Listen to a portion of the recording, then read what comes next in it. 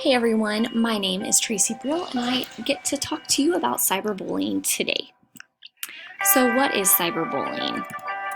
It happens when a child or group of children target one another and they might torment, harass, humiliate, or embarrass that child. The term child does include preteens and teens. So people that are cyberbullying, they use the internet, their interactive digital technologies or mobile devices. By definition, the act of cyberbullying does not involve adults though. So cyberbullying is intentional and is most certainly done with malice. I wanted to share one quick stat before we get started, just to kind of an eye-opener for me. 95% of teens in the US are online, and the vast majority access the internet on their mobile device, making it the most common medium for cyberbullying. So obviously, with the growing use of mobile devices and technologies, the problem of cyberbullying in the United States has increased. Teens have internet access pretty much anywhere and everywhere they go, which makes it very easy for them to bully people online. Recent statistics show, like I just mentioned, the steady growth of cyberbullying, and you can read that first fact. And the second one, 7 in 10 young people experience cyberbullying before they hit the age of 18. So 70% of our kids would say they've been cyberbullied here in our school district. So again, let's just refresh before we go on. What is it? Cyberbullying includes spreading rumors, hate campaigns, threats of violence, implied violence, freezing the target out of social activities. It does happen most often on social media, instant messaging, chat rooms maybe, email, texting on your mobile devices. Cyberbullying is generally not a one-time event unless it involves a death threat or a credible threat of serious bodily harm. So how and why does bullying happen? I'm going to just share some information and some statistics that I found, and my sources are all at the bottom too, in case you're wondering. So first and foremost, there are 10 top forms of cyberbullying, and here are the first 5. We have exclusion, harassment, outing, cyber stalking, and fraping. And if any of those sound familiar to you, take a moment and read the definition. And then the next 5 ways for cyberbullying, we have fake profiles, dissing, trickery, trolling, and catfishing. Now, I would love for you to pause and read over those and just share with someone next to you or at your table and have a discussion. Were any of those new forms of cyberbullying to you? Have you had experience? Do you know someone? And then we'll head on to the next bit of information. Why are people bullied? So here is from First Sight Guide. It was an awesome article with lots of just statistics and facts and information over cyberbullying. So according to verywellfamily.com, teens who report being bullied say it was because of their appearance. And that's 61% of teens say they're bullied because of their appearance. And then it drops down to 25% due to their academic achievement or intelligence. And we have race, sexuality, financial status, religion, or other. So that's a wide range of whys for people, why they were bullied. So let's keep looking at some facts. I want to talk about this bit of information that cyberbullying has increased. So the U.S. Department of Education in 2019 put out an article that a principal reported the frequency of cyberbullying from 2010 to 16. So we have 4 different categories to look at. We have daily and weekly. So in 2010, 7.9% was the result of cyberbullying.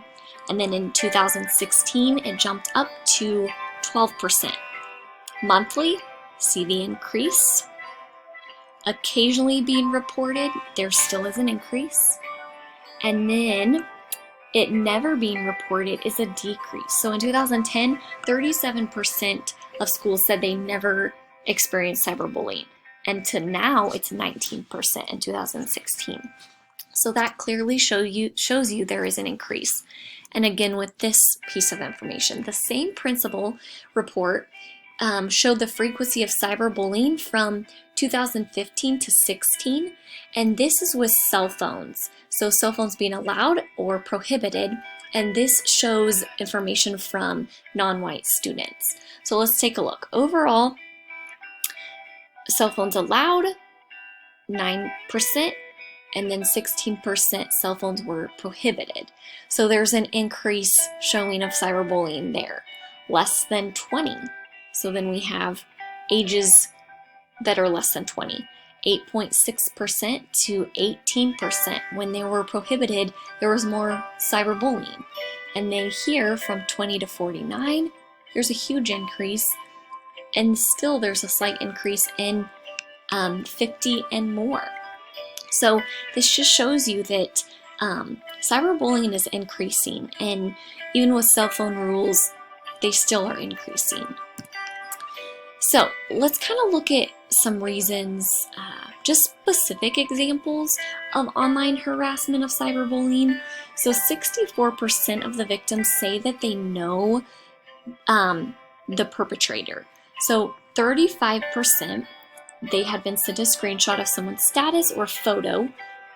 Then they've been trolled in an online game, 25%. And go ahead and check out the different forms of harassment and the percentages. And then the different forms of social media I found very interesting. More youth said that they have been cyberbullied on Instagram than any other platform they use, which that's 42%. And so we have Facebook, 37, Snapchat, 31. I definitely thought maybe Facebook, but I did see on First Sight Guide the article that it was more for adults using Facebook that were cyberbullied on Facebook than Instagram. So 42% on Instagram. And here I just wanted to show you one more thing. No matter if we're using cell phones or whatever device it is, what form of cyberbullying, and whatever platform you're on, it is happening worldwide. And so percentage of parents throughout the world, they report that their child has been a victim of bullying. So we have 1% in Russia, and then 37% is the highest percent in India of parents that have reported bullying. And here's the US, under 37%. So that's interesting, 37% of parents in India.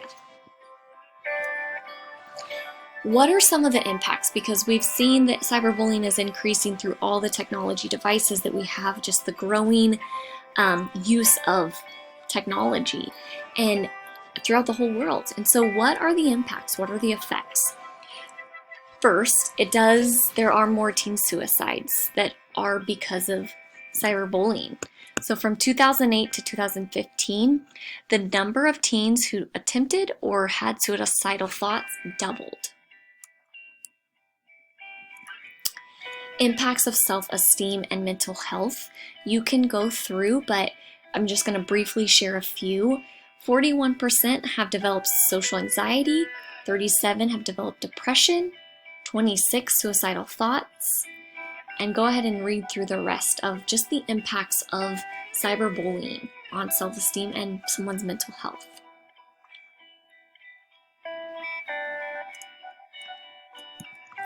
And then here's the impact, the psychological impact on women. 66% of women have a feeling of powerlessness in their ability to respond to abuse or harassment online. 63% say they're not sleeping well. 61% have a lower self-esteem. Read through those and just discuss kind of the impacts, the effects that cyberbullying has on people, and then we'll head to the next part. So what's our role? For USD 210, let's take a look. What can we do? Legally, As of January 2015, 49 states, all but Montana, have enacted bullying prevention laws. All of these require schools to have policies to deal with bullying. So legally, we have to have a policy, which we do in our district, and almost all of them refer to electronic forms of harassment or cyberbullying specifically. So a few states have criminalized cyberbullying, so someone could be fined or even given time in jail. Many cyberbullying already falls under existing criminal or civil legislation. Most states have balked at passing new laws to criminalize social or cyberbullying even more, and they've given more control to the schools when dealing with cyberbullying. So as a school, according to cyberbullying legislation and case law implications for schools policy and practice, which is where I found the information on the other slide, they encourage and recommend 6 primary elements for an effective school policy. So I think it would be awesome for us as a school and as a school district to kind of reflect on our school policy and see if it meets these 6 primary elements. First, just have specific definitions for harassment, intimidation, bullying, and cyberbullying. A next element, have consequences and remedial action. Make sure, third, there's a procedure for reporting. Make sure the procedures are there for investigating.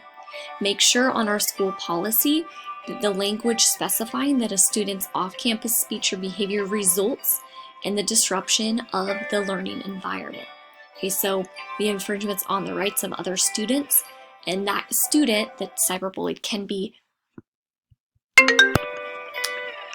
And so as a school, like I was saying, I was on the 5th element for an effective school plan, and the last one, procedures for preventing cyberbullying. So making sure there are procedures that can prevent cyberbullying. Now, how does it look as a staff and teacher?